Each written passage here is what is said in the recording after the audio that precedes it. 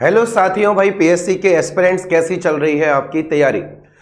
इकाई 9 एक महत्वपूर्ण आपके पीएससी के तैयारी में एक क्या कहते हैं कि वेटेज रखती, और उस वेटेज के हिसाब से हमने जो आपके लिए सिलेबस और पैटर्न तैयार किया है वो उसी तरह से किया है कि अतिरिक्त बर्डन आपके ना पड़े, श्योर एंड शॉर्ट आपकी तैयारी चलती रहे और आपका क्विक रिवीजन भी होता रहे और कहीं भी कोई क्वेश्चन छूटे ना।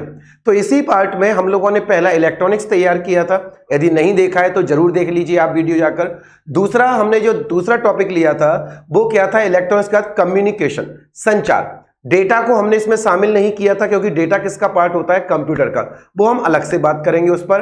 तो भाई अभी हम क्या देख रहे हैं कि जो कम्युनिकेशन है, संचार है, वो कैसे क्या स्थापित किया जाता है। तो इसी पार्ट में आज कम्युनिकेशन का एपिसोड 2 कह सकते हैं हम इसे, और इसमें हम किसकी बात करेंगे कि जब आप एक जगह से दूसरी जगह कम्युनिकेशन करते हैं तो आखिर किन किन तरीकों से कर सकते हैं, संचार की कितने प्रकार की विधियां होती। तो चलिए समय बर्बाद ना करते हुए फटाफट हम क्विक इसकी तरफ ट्रांसमिट करते।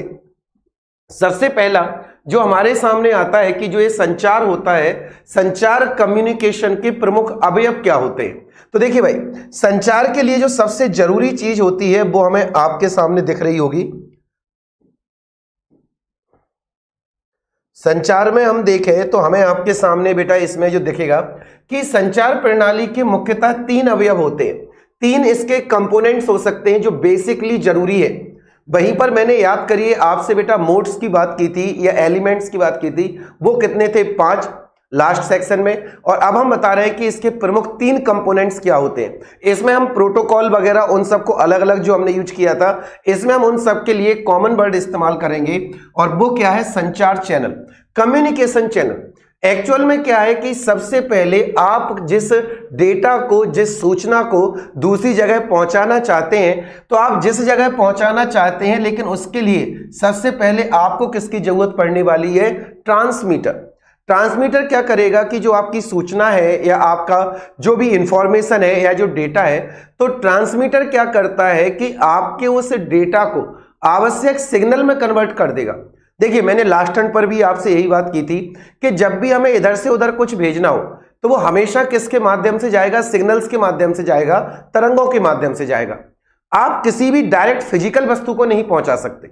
तो क्या होता है कि जो भी आपका फिजिकल थॉट्स है, आपके विचार है, ऑडियो है, वीडियो है, कुछ भी है, वो खुद ऐसे ही नहीं चला जाएगा, वो सिग्नल्स में या तरंगों में कन्वर्ट होगा।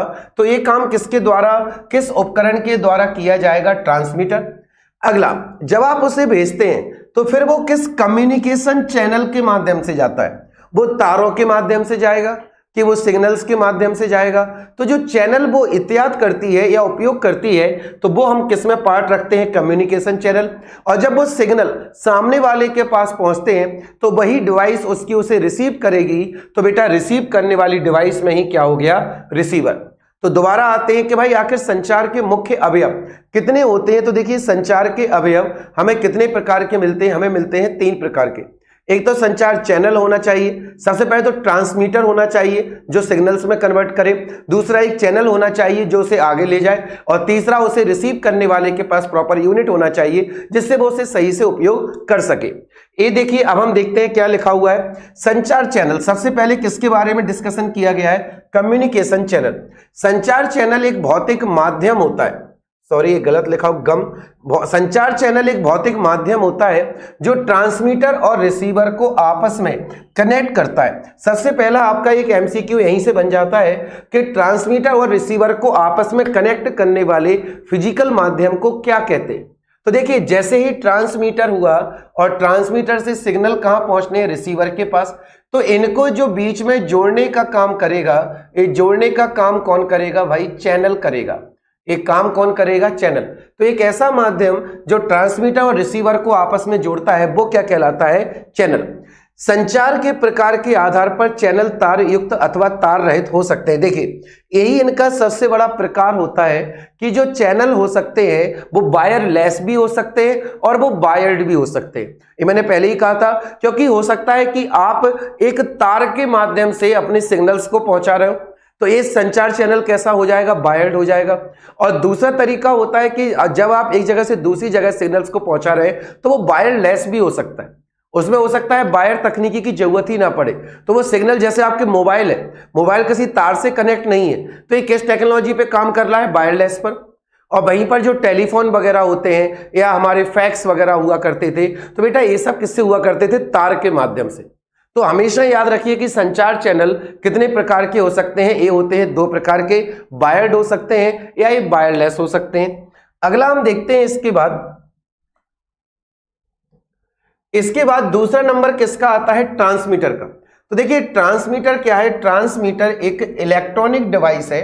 ट्रांसमीटर हमेशा किस पर सिद्धांत पर कार्य करेगी बेटा, इलेक्ट्रॉनिक डिवाइस पर। हमने इसीलिए पहला चैप्टर आपका कौन सा पढ़ा था, इलेक्ट्रॉनिक्स, क्योंकि इलेक्ट्रॉनिक्स का सबसे बड़ा जिम्मा ही यही होता है कि आपको डेटा को या आपको संदेश को किसमें कन्वर्ट करना है, सिग्नल्स में, और नहीं करोगे तो कुछ भी नहीं होने वाला। तो सबसे बड़ी बात की जो ट्रांसमीटर होती है यह एक इलेक्ट्रॉनिक डिवाइस है।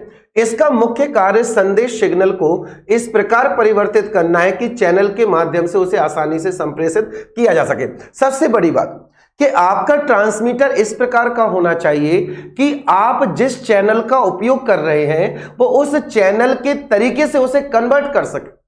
यदि सोचिए आपके पास जो फिजिकल चैनल है वो मोबाइल टेक्नोलॉजी है, लेकिन क्या टेलीफोन वाला सिस्टम उसमें काम कर पाएगा?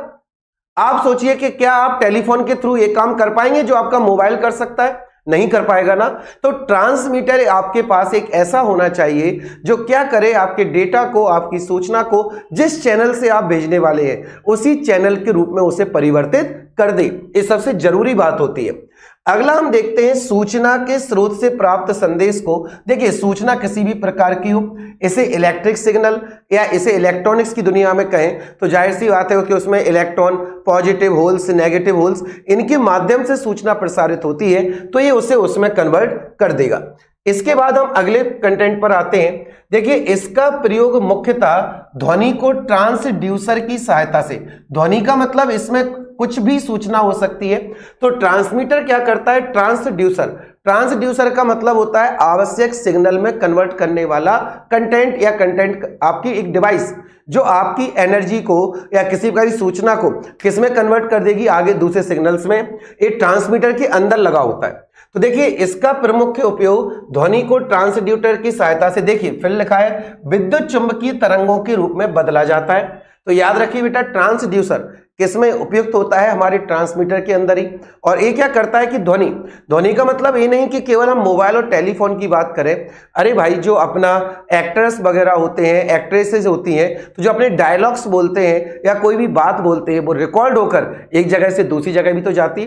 तो जब आपकी फाइल ऑडियो के रूप में कन्वर्ट होगी तो वास्तव में उसमें ट्रांसड्यूसर क्या करता है, इस ध्वनि तरंगों को किसमें कन्वर्ट कर देगा, इलेक्ट्रोमैग्नेटिक वेव्स के फॉर्म में। और जब ये इलेक्ट्रोमैग्नेटिक फॉर्म्स में बदलेगा तो बेटा ट्रांसमीटर उसे आगे चेंज कर देगा या आगे संप्रेषित कर देगा। चलिए अगली बात हमारी किसकी आती है, रिसीवर्स की। देखिए रिसीवर क्या करता है, भेजे गए सिग्नल्स में से शोर को अलग कर देता है। क्या है कि जब हम अपने सिग्नल भेज रहे हैं तो जो हमने विद्युत चुंबकीय तरंगें प्रेषित की हैं या आप इलेक्ट्रिक करंट के रूप में चीजें आगे जा रही हैं, तो हमेशा याद रखिए कि अकेला वही नहीं जाएगा, उसके साथ और भी तो घटक चलेंगे। इलेक्ट्रॉन अकेला आपके सिग्नल का थोड़ी ना है, इलेक्ट्रॉन और भी रूप में जा रहा है। जब आप तरंगों को भेज रहे हैं तो अकेली आपकी विद्युत चुंबकीय तरंगें ही नहीं है जो एटमॉस्फेयर में घूम रही हैं, उसके आसपास और भी तरंगें होती हैं जो उसी फॉर्म में आगे बढ़ रही हैं। तो हमें क्या करना है कि अब जो सिग्नल जा रहे हैं उसमें से जो इधर उधर की चीजें आ रही हैं उसको अलग करके हमें जो मुख्य कंटेंट है उस मुख्य कंटेंट को अलग करना है, ताकि जिस उद्देश्य से वो तरंगें भेजी गई थी वो उद्देश्य हमारा प्राप्त हो सके, हमें जो सिग्नल्स चाहिए थे वो सिग्नल्स हमें अलग से मिल सके। समझ में आ रही है बात?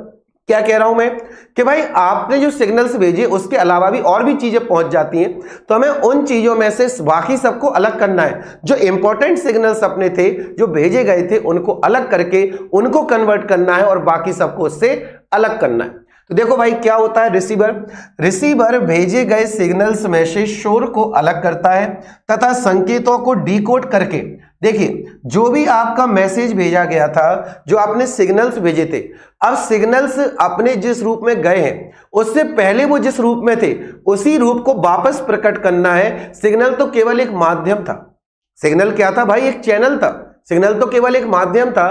तो ट्रांसमिट करने से पहले, ट्रांसड्यूसर के उपयोग से पहले आपका डेटा जिस फॉर्म में था, अब कम्युनिकेशन के बाद हमें वापस उसी रूप में पैदा करना है, वापस उसी रूप में प्रकट करना है। तो ये प्रोसेस क्या कहलाती है? आपकी डिकोडिंग।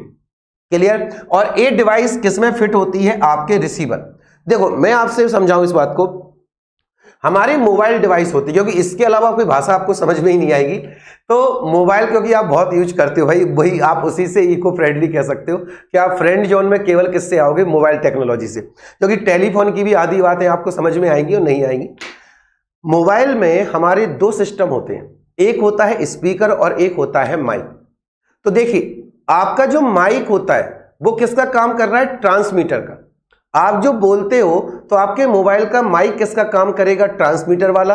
और उसमें लगा होता है छोटी सी डिवाइस जिसे हम बुलाते हैं ट्रांसड्यूसर। वो क्या करेगा कि जब हमने बोला है तो आपकी जो माइक है उसमें जो ट्रांसड्यूसर है वो क्या करेगा? मेरी ध्वनि ऊर्जा को, साउंड एनर्जी को किसमें कन्वर्ट कर देगा? इलेक्ट्रोमैग्नेटिक सिग्नल, या सीधे फॉर्म में कहें तो रेडियो वेव्स।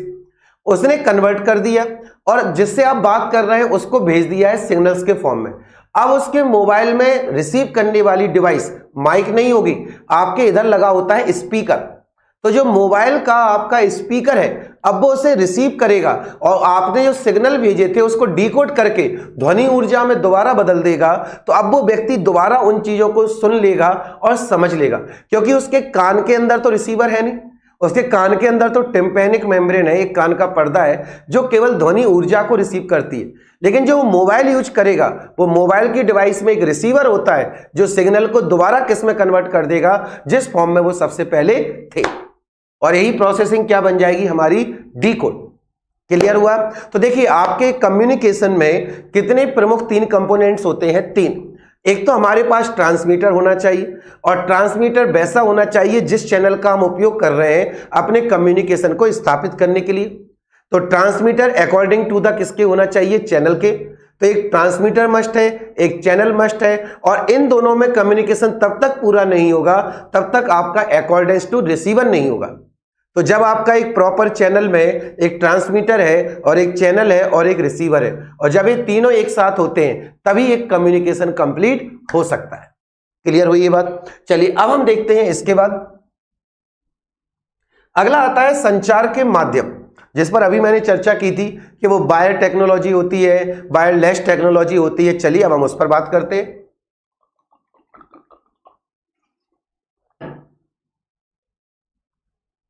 संचार के माध्यम। देखिए भाई, माध्यम कोई अलग से चीज नहीं होती है। संदेश को एक स्थान से दूसरे स्थान तक पहुंचाने के लिए जिन उपकरणों का उपयोग किया जाता है उन्हें माध्यम कहते हैं। सीधी सी बात है भाई, कोई इसमें बड़ी चीज नहीं थी कि जो हमारे संदेश है, जो हमारा डेटा है, हम उसे एक जगह से दूसरे जगह तक भेजना चाहते हैं, तो इसके लिए एक स्थान से दूसरे स्थान तक पहुंचाने के लिए जिन उपकरणों की या जो आपके हेल्पिंग कंटेंट्स हैं उनकी आपको जरूरत पड़ रही है, तो वही उपकरण क्या कहलाएंगे? एक माध्यम कहलाएंगे। जैसे कि हम उदाहरण के तौर पर देखते हैं, जैसे केबल, याद करिए जो हमारी डिस्क की डोरियां हुआ करती थी, या दूरदर्शन के लिए एक पतली सी तार आया करती थी, तो ये सब क्या है? ये सब क्या है? एक माध्यम ही तो है। जैसे देखिए आजकल wireless technology, wifi, optical fibre देखिए आजकल चल रहा है, और आपके नेट का जो कम्युनिकेशन है वो ऑप्टिकल फाइबर से सुनते हैं कि काफी अच्छा हो जाता है। अरे सुनते क्या, वास्तव में होता है भाई, इधर भी लगा है। अगला बेटा सैटेलाइट। सैटेलाइट हमसे कोसों दूर है, लेकिन हमारे कम्युनिकेशन का एक बहुत बड़ा सहायता करने वाला फैक्टर है, क्योंकि इसी के थ्रू हमारे पूरे वर्ल्ड वाइड दुनिया सिमट गई है। क्योंकि सैटेलाइट्स नहीं होते तो डायरेक्ट कम्युनिकेशन इतना अच्छा आसान नहीं होता। क्योंकि होता क्या, मान लीजिए मैंने दिल्ली रेडियो से प्रसारण किया तो वो अमेरिका में तो नहीं सुना जा सकता, क्योंकि जब रेडियो प्रसारण हम किससे कर रहे हैं? एंटीना के थ्रू कर रहे हैं, तो वो कम्युनिकेट प्रॉपर नहीं हो पाएगा, अमेरिका तक नहीं पहुंचेगा। लेकिन अब वही दिल्ली रेडियो का प्रसारण मैं ऊपर सैटेलाइट की तरफ कर दूं, और जब सैटेलाइट वो तरंगों को लौटाएगा तो वो अपनी एक अच्छी खासी, कम से कम एक वक्त पर आधी दुनिया तो कवर कर सकता है। लेकिन जब सैटेलाइट्स नहीं हुआ करते थे तो वो केवल एक शहर दूसरे शहर, बहुत लंबा कम्युनिकेशन नहीं हुआ करता था। लेकिन जब से सैटेलाइट हो गए तब से कम्युनिकेशन का दायरा काफी बढ़ गया, और आप एक चैनल के लिए चैनल का मतलब होता है रास्ता। यदि आप उसके लिए एक सैटेलाइट, दो सैटेलाइट और तीन सैटेलाइट एक साथ यदि मैनेज कर दें और चौथा उसका बेटा एक मदर सैटेलाइट स्थापित कर दें, तब आप पूरी पृथ्वी को एक समय पर एक साथ कवर कर सकते हैं। लेकिन उसके लिए हमें सैटेलाइट कितनी चाहिए पड़ेंगी बेटा? 4। एक मदर जिससे वो हर चीज को रिसीव करे, वो दूसरे सैटेलाइट को सिग्नल ट्रांसमिट करे, और जो बाकी 3 होंगी 1, 2 और 3, ये पूरी पृथ्वी को कवर कर सकती है। ये हम देखेंगे जब स्पेस वाला पार्ट पढ़ेंगे। अगला हम देखते हैं केबल, वाईफाई, फाइबर। चलो नॉर्मल सी बात है, सभी की डिटेलिंग अब पढ़ेंगे। तो देखो भाई, इनका वर्गीकरण कितने प्रकार से किया जाता है? 2 प्रकार से। एक तो होता है निर्देशित माध्यम और एक होता है अनिर्देशित, गाइडेड मीडियम, और दूसरा होता है अनगाइडेड। एक्चुअल में गाइडेड मीडियम का सीधा सीधा सा मतलब होता है कि जो वायर टेक्नोलॉजी होती है वो इसी में कंसीडर की जाती है गाइडेड में। वायर का मतलब होता है जब फिजिकल हम एक दूसरे से तार के द्वारा जुड़े होते हैं, और जब आप विदाउट वायर कनेक्ट होते हैं तो वो आपका क्या कहलाता है? Unguided medium. तो आपका यहां से सीधा सीधा क्वेश्चन आ सकता है कि पहचानिए इनमें से कौन सा गाइडेड कम्युनिकेशन है, पहचानिए इनमें से कौन सा अनगाइडेड कम्युनिकेशन है। तो ये चीजें आपके लिए बहुत ही आसान होने वाली है। चलिए अब हम देखते हैं इसमें निर्देशित माध्यम या गाइडेड मीडियम। तो देखिए इसमें क्या लिखा हुआ है कि जब हम देखते हैं कि डेटा का ट्रांसमिशन किसी केबल की सहायता से किया जाता है तो उसे हम गाइडेड मीडियम कहते हैं। देखिए यदि डायरेक्ट केबल लिख दूंगा तो आप समझ ही जाओगे। केबल का मतलब ओनली वाला केबल नहीं है कि सिर्फ वाला, केबल का मतलब होता है तार। तो जब भी हम कभी किसी डेटा का ट्रांसमिशन किसी केबल की सहायता से करते हैं तो उसे हम गाइडेड मीडियम कहते हैं। गाइडेड मीडियम क्या करेगा कि आपने फिजिकली किसी तार से जोड़ दिया है। याद करिए आजकल आप लोग एक्सजेंडर वगैरह या फाइल ट्रांसफर वगैरह अपनी फाइल ट्रांसफर कर देते हैं, लेकिन याद करिए जब आप अपने मोबाइल के डेटा को अपनी केबल की सहायता से लैपटॉप में कनेक्ट करते हैं तो फिर आप मोबाइल के डेटा को किससे ट्रांसफर कर रहे हैं? उस केबल के थ्रू। तो जब आपने केबल का इस्तेमाल कर दिया तो वो क्या हो गया? निर्देशित माध्यम। और जो आपने फाइल ट्रांसफर यूज किया है, एक्सजेंडर यूज किया है और इससे अपनी मोबाइल की फाइल दूसरे मोबाइल में भेज दी है, तो ये वाला ट्रांसफर एक ऐसा होता है अनगाइडेड, क्योंकि इसमें आपने केबल का इस्तेमाल नहीं किया। तो जब आप केबल का इस्तेमाल नहीं करते हैं तो वो होगा अनगाइडेड ट्रांसमिशन, और जब आप केबल का इस्तेमाल करते हो तो वो होता है गाइडेड ट्रांसमिशन। ठीक है, चलिए अब हम देखते हैं। तो जब डेटा का ट्रांसमिशन हो गया है, एक केबल, ये जो तार होता है, वायर होता है, एक कॉपर, टिन, एल्यूमिनियम या सिल्वर के बने होते हैं। जनरली जब हम इस सब का इस्तेमाल करते हैं तभी हम केबल को डायरेक्ट कनेक्ट कर सकते हैं। तो याद रखिए कि जो गाइडेड ट्रांसमिशन होता है उसमें तार या तो तांबे के बने होते हैं, टिन के बने होते हैं, एल्यूमिनियम के, या किसके बने होते हैं? सिल्वर के। अभी डायग्राम के द्वारा समझाऊंगा। जैसे coaxial cable, twisted pair cable, अब ये नाम आपको याद रखने हैं, या फाइबर ऑप्टिक्स। फाइबर ऑप्टिक्स में तो खैर सिलिकॉन का इस्तेमाल होता है, तो चाहो तो इधर पर हम एक नाम और बढ़ा सकते हैं कि इसमें किसका और इस्तेमाल होता है बेटा? सिलिकॉन। तो देखिए अब हम क्या क्या इस्तेमाल याद रखिए कि आखिर जो केबल वगैरह होती हैं वो किस किस की बनी होती हैं? कॉपर की बनी होती है, टिन की बनी होती है, एल्यूमिनियम की या सिल्वर की। और एक अगला नाम याद रखेंगे silicon. 1 2 3 4 5, copper, tin, aluminium, silver और सिलिकॉन। इसके बाद हम देखते हैं, तो अब आपके सामने 3 नाम आ रहे हैं और अब हम इन 3 नामों को समझेंगे कि आखिर एक केबल कैसी होती है, कहां पर कौन सी इस्तेमाल की जाती है। Coaxial cable, twisted pair cable, और तीसरी कौन सी है? Fibre optics cable. तब उसके बाद हम जाएंगे अपनी वायरलेस टेक्नोलॉजी के पास। चलिए सबसे पहले हम अपनी जो केबल देखते हैं वो हमारे पास, ये तो अनिर्देशित माध्यम लिखा हुआ है, वाईफाई, रेडियो। चलो पहले इसे समझ लेते हैं, फिर समझेंगे पेयर्ड केबल क्या थी। अनिर्देशित माध्यम पहले ही कह चुका हूं कि एक ऐसा चैनल, एक ऐसा मीडियम जो कैसा है? वायरलेस। उसमें हमें कोई भी फिजिकल तार देखने को नहीं मिलता। तो ये टेक्नोलॉजी कैसी हो जाती है? Unguided technology. ये तकनीक कैसी होगी? अनगाइडेड। जब डेटा का ट्रांसमिशन किसी वायरलेस टेक्नोलॉजी की सहायता से किया जाता है तो उसे अनगाइडेड मीडियम कहते हैं। तब हम उसे क्या कहेंगे? Unguided medium. वायरलेस मतलब जिसमें फिजिकली कोई तार नहीं है। एग्जाम्पल इसके क्या होते हैं? वाईफाई। आज हम सभी वाईफाई के बारे में जानते ही है कि डिवाइस आपके कमरे के किसी कोने पर लगी है और उससे जो नेट आ रहा है वो हमसे डायरेक्ट कोई तार नहीं जुड़ा है, हम डायरेक्ट उसे यूज कर रहे हैं अपनी वाईफाई टेक्नोलॉजी से कि उससे रेडियो सिग्नल्स निकल रहे हैं और हमारा मोबाइल कैच कर रहा है और हमारा नेट चल रहा है। तो देखिए भाई, वाईफाई टेक्नोलॉजी, रेडियो ट्रांसमिशन, इतने एडवांस जमाने में ना जाकर पुराने जमाने में जाते हैं, तब आपके रेडियो चला करते थे, उनमें भी तो तार नहीं होता था, लेकिन फिर भी दिल्ली में कोई गायिका गा रही है और हम उसे घर बैठे अपने रेडियो पर कान पर रखकर सुन रहे हैं। तो ये टेक्नोलॉजी भी कैसी होती है हमारी, अनगाइडेड। माइक्रोवेव सैटेलाइट्स, माइक्रोवेव जो ट्रांसमिशन होता है ये आपके वायरलेस टेक्नोलॉजी में काम आता है, जैसे मोबाइल्स वगैरह में काम आ जाता है, आपका रडार काम करता है। तो ये सब टेक्नोलॉजी कौन सी होती है, माइक्रोवेव टेक्नोलॉजी। और सैटेलाइट कम्युनिकेशन आजकल रेडियो वगैरह जो एफएम जगह ले चुका है, तो जो एफएम प्रसारण हुआ है या आपकी टेलीविजन सैटेलाइट से कनेक्ट हो गई है, तो बेटा ये सब हमारा कम्युनिकेशन कैसे होते हैं, अनगाइडेड। इन्हें आप वायरलेस भी बुला सकते हैं या इन्हें हम क्या बुला सकते हैं, अनगाइडेड ट्रांसमिशन। देखिए यही आपको साफ साफ दिखा हुआ है, इन्हीं के बारे में हम पढ़ने वाले। ट्विस्टेड पेयर केबल किसका माध्यम है, directed medium, guided medium, fibre optic cable और कोएक्सियल केबल। अनिर्देशित माध्यम में कौन कौन से आते हैं, radio wave transmission, microwave transmission और इंफ्रारेड ट्रांसमिशन। चलिए देखते हैं फटाफट।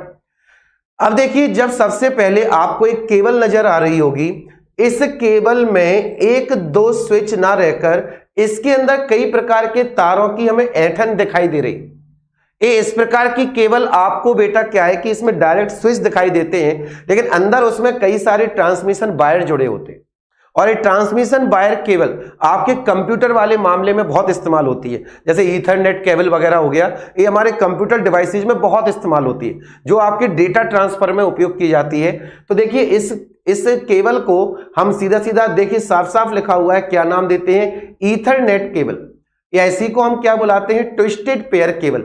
ट्विस्ट क्यों बुलाते हैं, क्योंकि इसमें आपको तो बाहर से केवल एक केबल दिखती है, लेकिन इस केबल के, याद करो बेटा, इधर पर एक सॉकेट लगा होता है जो आपके मोबाइल में जोड़ देते हो या यूएसबी में जोड़ देते हो, लेकिन उसके अंदर एक दो नहीं कई तार आपस में ट्विस्ट ऐंठन के साथ पड़े रहते हैं, इसीलिए हम इसे क्या नाम देते हैं, ट्विस्टेड पेयर केबल।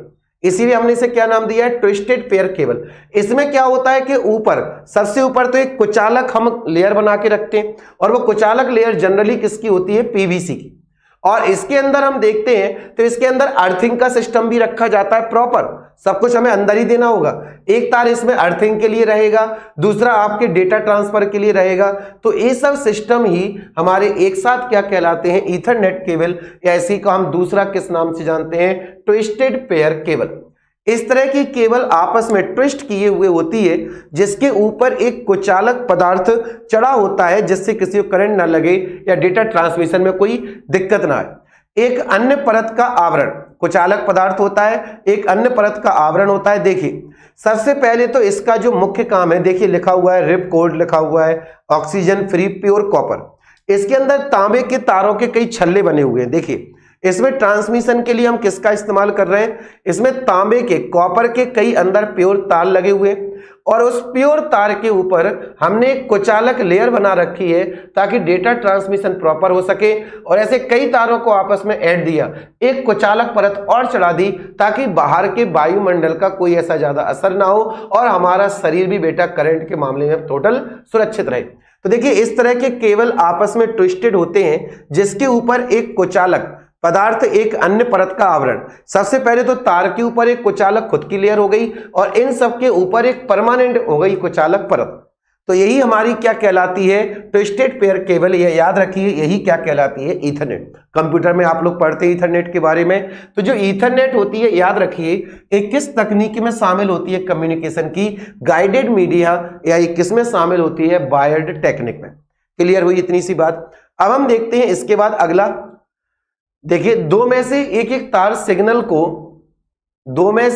तार सिग्नल्स को प्राप्तकर्ता तक पहुंचाने के लिए तथा दूसरा अर्थिंग के लिए उपयोग किया था। देखिए सभी में दो दो तार लगे हुए थे, तो उनमें से एक एक तार क्या कर रहा था, एक जो सिंगल तार है वो तो किसके लिए, सिग्नल ट्रांसमिशन के लिए, और उसमें जो दूसरा तार उसमें लिपटा रहता है उसका काम क्या होता है, अर्थिंग को देना। उसमें जो दूसरा तार लिपटा हुआ है उसका काम क्या है, अर्थिंग को देना। क्लियर हुई ये बात। एक एक तार सिग्नल्स को, आपके डेटा को भेजेगा, और दूसरा किसको भेजेगा बेटा, अर्थिंग को।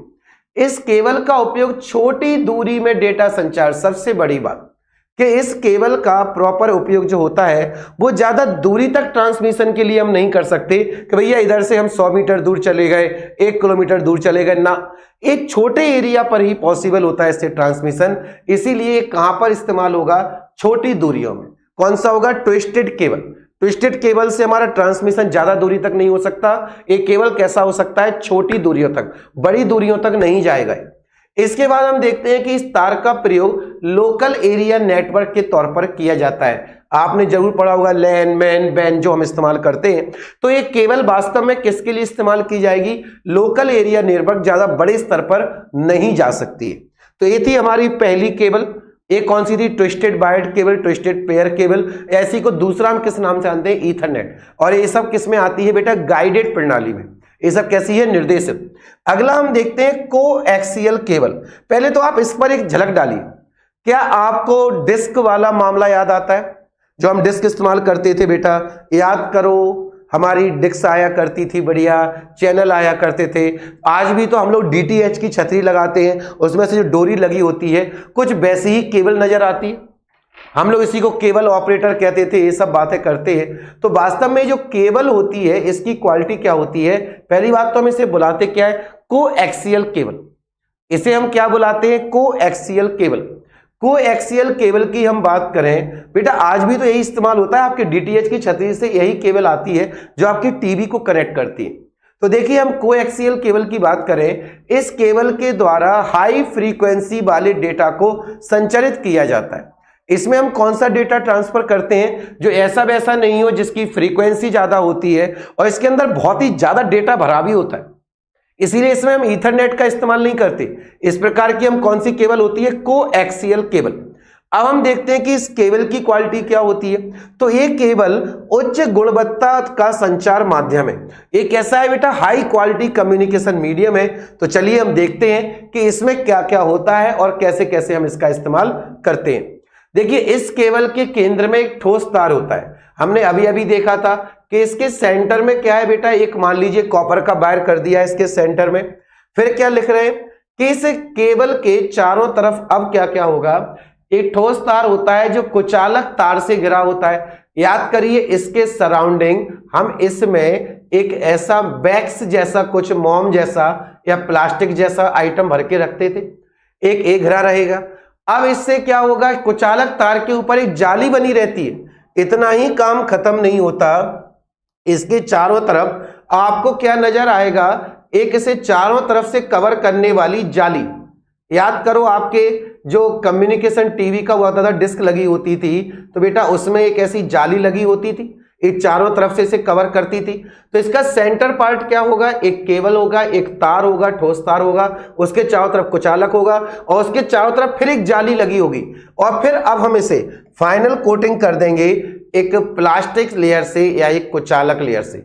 ऐसी ही कुछ कौन बनी होती थी भैया हमारे घरों में। अभी भी बेटा जो डीटीएच कम्युनिकेशन होता है उसमें यही इस्तेमाल होता है। अब देखिए, इसकी क्वालिटी क्या होती है इस केबल की, कि इस केबल से आप हाई फ्रीक्वेंसी डेटा, क्योंकि आप कंप्यूटर में फाइल ट्रांसफर कर रहे हैं वो एक अलग मामला है, लेकिन जब आप टीवी वगैरह देखते हैं तो उसमें हाई डेटा आता है क्योंकि पूरा वीडियो आता है। तो उस प्रकार के प्रसारण के लिए हमें किस केबल की आवश्यकता पड़ेगी भाई, ऐसे केबल की।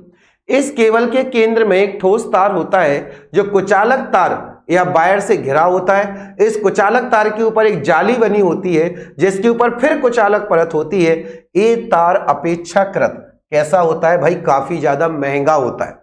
ये काफी ज्यादा महंगा है और किंतु इसमें अधिक डेटा के संचार की फायदा भी है, महंगा भी है, तो अधिक डेटा कम्युनिकेशन भी कर रहा है। इसका प्रयोग नॉर्मली टेलीविजन नेटवर्क में किया जाता है। याद रखिए, कब से कह रहा हूं कि टेलीविजन के नेटवर्क में किसका इस्तेमाल होता है, इसी का। सबसे बड़ी बात कि चूंकि इसकी मजबूती ज्यादा होती है, तो पुराने समय से लेकर ही हम इसे क्या करते हैं कि जमीन में वायर सिग्नल बिछा सकते हो। हमारे घरों के आसपास तो हवा में टंगते थे भाई।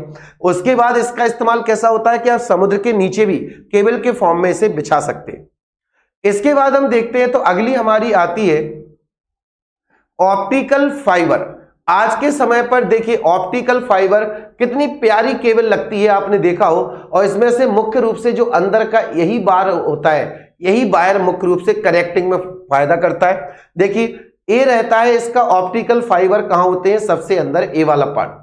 देखते हैं क्या क्या लिखा है, पहले से फिर समझाता हूं। ऑप्टिकल फाइबर यह एक नई तकनीक है जिसमें धातु के तारों की जगह एक विशिष्ट प्रकार का ग्लास, देखिए मैंने कहा था इसमें मेटल इस्तेमाल नहीं होता, ये वास्तव में सिलिकॉन का बना होता है। गिलास या प्लास्टिक के फाइबर का उपयोग डेटा कम्युनिकेशन के लिए करते हैं। एक केबल हल्की तथा तीव्र गति वाली होती है। इस केबल का उपयोग टेली कम्युनिकेशन, नेटवर्किंग सब जगह होता है। देखिए एक्चुअल में होता क्या है कि जब भी हम आपस में डेटा ट्रांसमिट करते हैं तो उसमें क्या होता है कि अंदर ही अंदर इलेक्ट्रॉन्स की गति होती है, इलेक्ट्रॉनिक कम्युनिकेशन होता है। जो कॉपर वायर इस्तेमाल की थी इसमें सिग्नल्स किस रूप में जा रहे थे, विद्युत सिग्नल के रूप में। लेकिन जो ऑप्टिकल फाइबर होता है, ऑप्टिकल फाइबर के अंदर कोई भी डेटा में क्षति नहीं होती, कोई लॉस नहीं होता, इसीलिए इसकी स्पीड बहुत ज्यादा हो जाती है। क्योंकि इसके अंदर जो भी सिग्नल जाते हैं वो आपस में कौन सी घटना के कारण चलते हैं, TIR, टोटल इंटरनल रिफ्लेक्शन, या इसी को हम क्या कहते हैं, पूर्ण आंतरिक परावर्तन। तो वास्तव में इस केबल के अंदर जो आपका डेटा जा रहा है या जो कम्युनिकेशन का कंटेंट आगे बढ़ता है वो किस घटना के कारण आगे बढ़ता है, तो वो बढ़ता है TIR के कारण। वो किसके कारण आगे बढ़ेगा, पूर्ण आंतरिक परावर्तन के कारण। और ये सभी सिग्नल जब TIR या पूर्ण आंतरिक परावर्तन के रूप में आगे बढ़ते हैं तो चूंकि यहां पर जो सिग्नल्स हैं वो TIR के थ्रू आगे बढ़ते हैं, इसलिए लाइन लॉस की संभावना नहीं होती, कोई नुकसान नहीं होता। इसीलिए ट्रांसमिशन कैसा होता है, काफी फास्ट होता है और प्योर एक्यूरेसी के साथ होता है। इसकी क्षमताएं इसलिए असीमित हो जाती हैं। देखिए इसलिए लिखा हुआ है कि ये केबल हल्की तथा तीव्र गति से होती है। इस केबल का उपयोग टेली कम्युनिकेशन और नेटवर्किंग के लिए किया जाता है, सबसे ज्यादा इसी का इस्तेमाल हो रहा है आजकल। ये रही आपके सामने ऑप्टिकल फाइबर। आजकल जो नेट टेक्नोलॉजी है, चाहे आपका जियो फाइबर हो चाहे एयरटेल एक्सट्रीम हो, वो सब इसी ऑप्टिकल फाइबर के थ्रू अपनी कनेक्टिविटी आगे बढ़ा रहे हैं। और नो डाउट इसीलिए हमारे कंप्यूटर्स में जो नेट की स्पीड होती है वो कई गुना पहले से बढ़ चुकी है। चलिए इसके बाद हम देखते हैं इसमें गिलास। देखिए अब पूरी बात आ जाती है कि इसमें गिलास या वही कांच या सिलिका से बना होता है जो LED या लेजर डायोड के द्वारा उत्पन्न संकेतों को, इसमें जो सिग्नल आगे बढ़ाए जाते हैं वो LED लाइट इमिटिंग डायोड, इसमें जो सिग्नल्स आगे बढ़ेंगे वो किसी करंट के फॉर्म में नहीं, इलेक्ट्रॉनिक्स आपके LED लाइट होती है तो भाई वो भी तो इसी डिवाइस पर काम करती है। तो इसमें सिग्नल्स किसके थ्रू जनरेट की जाते हैं, LED के थ्रू या लेजर डायोड के थ्रू। इसमें अन्य संकेत एक स्थान दूसरे स्थान तक ले जाया जाता है, नॉर्मल सी बात है। प्रकाश को पुनः संकेतों में बदलने के लिए फोटो डायोड को, देखिए भाई प्रकाश के रूप में सिग्नल्स आगे बढ़े, लेकिन हम उन्हें फिर डिजिटल संकेत चाहते हैं कि आखिर क्या कम्युनिकेशन था, तो उसमें फिर चेंज करने के लिए आगे दोबारा से इसमें क्या इस्तेमाल होता है, डायोड किया जाता है। ये आगे लिखा हुआ है कि TIR या प्रकाश के पूर्ण आंतरिक परावर्तन के सिद्धांत पर कार्य करता है, वही नॉर्मल सी बात थी। चलिए अब हम समझ चुके थे। इसके बाद अब हम देखते हैं इसके संचरण में ऊर्जा की खपत अत्यंत कम होती है। याद रखिए ये काफी ज्यादा, इस पर आपको एक शॉर्ट नोट भी देखने को मिल सकता है मेंस में। और प्रीलिम्स की बात करें तो सभी इंपॉर्टेंट पॉइंट है। ये रेडियो आवृत्ति के अवरोधों से मुक्त होकर चलता है। इसमें नॉइज, आसपास की चीजें ज्यादा ऐड नहीं होती, बैंडविड्थ बहुत अधिक हो सकता है और इसीलिए इसमें गति तीव्र होती है, संकेतों की हानि निम्नतम होती है। मतलब सबसे एडवांस कम्युनिकेशन हम कह सकते हैं तो वो किससे होगा, ऑप्टिकल फाइबर से। ये लंबी दूरी के संचार के लिए उपयोग किया जाता है, नो डाउट इसकी हर चीज कैसी है बेटा, फायदेमंद। अब हम आते हैं अपनी अनगाइडेड मीडिया या वायरलेस तकनीक के पास। और जब हम इसमें देखते हैं तो इसमें जो डेटा ट्रांसमिट होगा वो कैसे होगा भाई, बिना तारों के फॉर्म में। इसमें तार इस्तेमाल नहीं होंगे और बिना तारों के थ्रू ही इधर से उधर डेटा इसमें ट्रांसफर होगा। ये मीडिया में डेटा का प्रवाह तरंगों के माध्यम से होता है और हम देखते हैं कि किन किन तरंगों के माध्यम से इसमें कौन कौन से सिग्नल ट्रांसमिट किए जाते हैं। तो देखिए इसमें आपके सामने एक प्यारा सा डायग्राम समझाने के लगाया है कि जो भी आपका डेटा है उसे ट्रांसमीटर अपने सिग्नल्स में कन्वर्ट कर देगा और वो सिग्नल एक एंटीना के माध्यम से, ये जो एंटीना लगा है ट्रांसमीटर पर, वो ट्रांसमीटर आपके डेटा को सिग्नल्स में कन्वर्ट करेगा और सिग्नल रेडियो वेव के रूप में आगे बढ़ेंगे। लेकिन ऐसे ही रिसीवर तक नहीं पहुंच जाएंगे, रिसीवर के ऊपर भी क्या लगा होगा, एक एंटीना। एक्चुअल में एंटीना कोई अलग चीज नहीं होती है, क्योंकि एंटीना व्यापक पैमाने पर लंबाई चौड़ाई को बढ़ा के बनाते हैं ताकि वो सिग्नल्स को कैच कर सके। तो ये जो रिसीवर होते हैं इनका एंटीना क्या करता है, सिग्नल्स को कैच कर लेता है और ट्रांसमीटर का जो सिग्नल था वो कहां पहुंच गया, रिसीवर तक। रिसीवर ने उसे कैच कर लिया तो आपका कम्युनिकेशन पूरा हो गया। सबसे पहले तो हम देखते हैं कि इसमें कौन सा होता है, रेडियो वेव ट्रांसमिशन। जब दो टर्मिनल रेडियो आवृत्तियों के माध्यम से सूचना का आदान प्रदान करते हैं तो इस प्रकार के संचार को रेडियो वेव ट्रांसमिशन कहते हैं, जो मैं आपको समझा रहा था। ये रेडियो तरंगें सर्वदिशात्मक होती हैं। सबसे बड़ी बात कि सभी दिशाओं में जाने वाली होती हैं। ये सभी दिशाओं में मतलब इन्हें हम किसी एक पर्टिकुलर लाइन में नहीं भेजते हैं, ये अनलिमिटेड डायरेक्शंस में जा सकती हैं।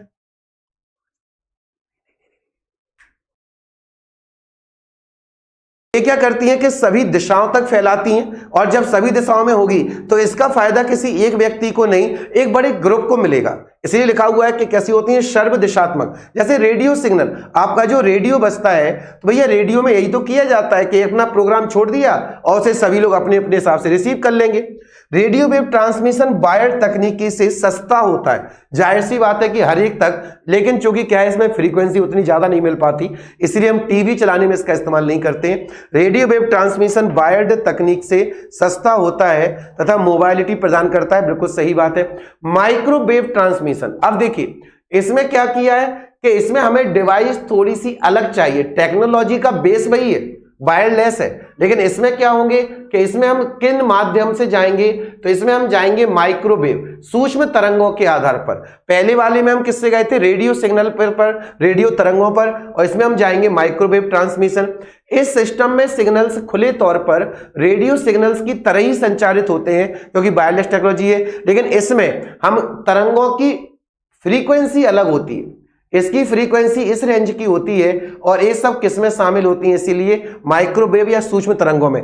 एमपीपीएससी शायद 18 या 19 में यही क्वेश्चन पूछा गया था कि माइक्रोवेव की फ्रीक्वेंसी कितनी होती है, आप प्रीलिम्स देख सकते हैं। अब हम देखते हैं बेटा कि ये तरंगें होती हैं तो इस प्रकार का ट्रांसमिशन किसमें काम आएगा, माइक्रोवेव ट्रांसमिशन। एक कोएक्सियल काइवर की तुलना में काफी ज्यादा तेजी से संचारित होता है, लेकिन इसमें बेटा ट्रांसमिशन कैसा होता है, यूनिडायरेक्शनल।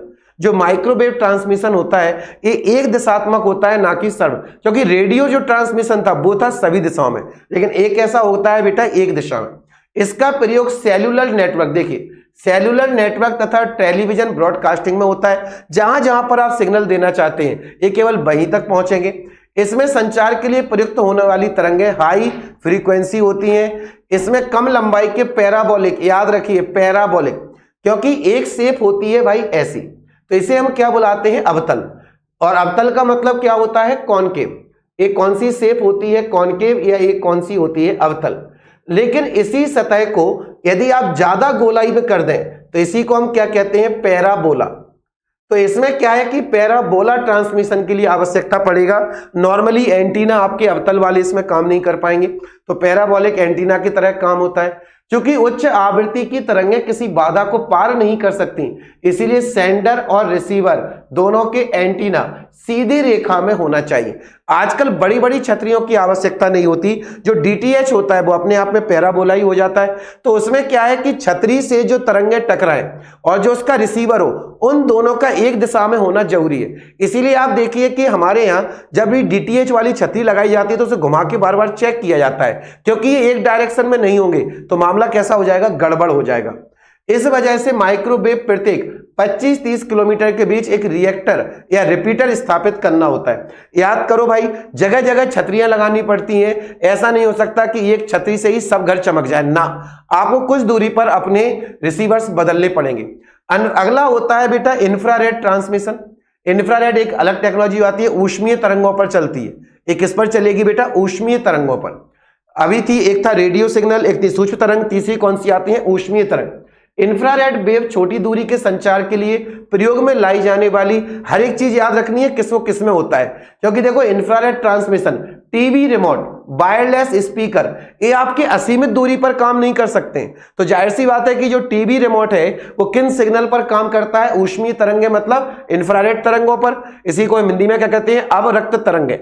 तो देखिए भाई, इंफ्रारेड छोटी दूरी के संचार के लिए प्रयोग में किए जाने वाली उच्च आवृत्ति की तरंगें होती हैं। ये तरंगें ठोस ऑब्जेक्ट, दीवार आदि के पार नहीं जा सकती, इसीलिए केवल छोटी दूरी पर इनका ट्रांसमिशन हो पाता है।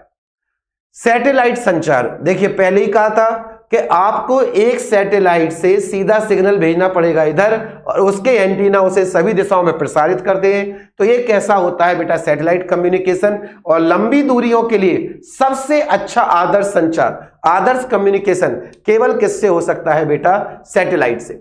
अंतरिक्ष में स्थित सैटेलाइट जमीन पर सिग्नल्स भेजते हैं, सैटेलाइट उस सिग्नल का सिग्नल विस्तार करके दूसरे स्थित स्टेशन पर भेज देता है। देखिए भाई बड़ी नॉर्मल सी बात थी। अब देखिए पूरी बात कि हम लोगों ने गाइडेड टेक्नोलॉजी समझ ली, अनगाइडेड, और सभी का फॉर्मेट एक है कि पहले क्या है कि हम वायुमंडल के केवल नीचे वाला जो आयनोस्फीयर था उसका इस्तेमाल करते थे, तो इससे हमारा कम्युनिकेशन काफी शॉर्ट था। लेकिन जब दुनिया में सैटेलाइट कम्युनिकेशन आ गए तो अब हम उसी को, सेंडर होता है वो सैटेलाइट तक पहुंचाता है, सैटेलाइट कई दिशाओं में पहुंचा देता है और नीचे एक अच्छा रिसीवर रखिए तो पूरी दुनिया में इसका प्रसारण किया जा सकता है। तो आज के ये थे आपके सभी कम्युनिकेशन, गाइडेड, अनगाइडेड। गाइडेड में केबल इस्तेमाल हुई थी 3 तरह की, आपकी पेयर्ड केबल थी, दूसरी आपकी कोएक्सियल केबल थी, तीसरी ऑप्टिकल फाइबर थी। और जब हम वायरलेस टेक्नोलॉजी देखते हैं तो उसमें पहला कम्युनिकेशन किस पर था, रेडियो वेव्स पर। किसमें क्या होता है याद रखिए। दूसरा कम्युनिकेशन कहां था आपका बेटा, रेडियो वेव्स के बाद था आपका माइक्रोवेव्स, सूक्ष्म तरंगों के आधार पर, रडार टेक्नोलॉजी उसी पर बेस्ड होती है। तीसरा हमारा था इंफ्रारेड, टीवी के रिमोट वगैरह छोटी दूरी वाले। और चौथा कम्युनिकेशन कौन सा था, सैटेलाइट। हर एक को ध्यान रखिए और जब हम एमसीक्यू प्रैक्टिस करेंगे तब यही पढ़ाई आपकी काम में भी आएगी। चलिए that's all for today. Ravi sir आपका फिर से बेटा अभिनंदन करते हैं इस लेक्चर के लिए, और सीएमसी पोर्टल पर आपको ऐसे ही बेहतर जानकारी मिलती रहेगी, तो हमारे साथ बने रहिए। Thank you so much.